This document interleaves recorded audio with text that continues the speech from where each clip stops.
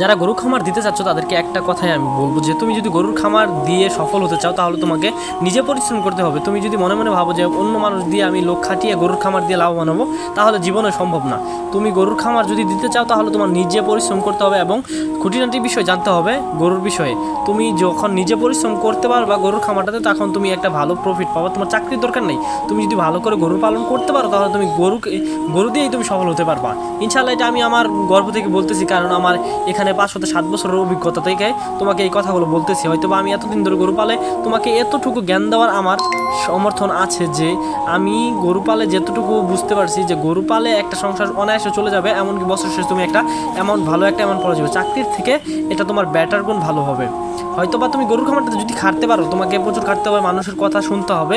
অনেক মানুষ বলবে যে তুই পড়ালেখা করে এখন গরুর খামার দিচ্ছিস, এগুলো গরুর গোবর পরিষ্কার করতেছিস, হ্যান ত্যান, এগুলো অনেক কথা শুনতে হবে। কিন্তু ভাই মানুষের কথা যদি কান দাও তাহলে তুমি জীবনে সফল হতে পারো।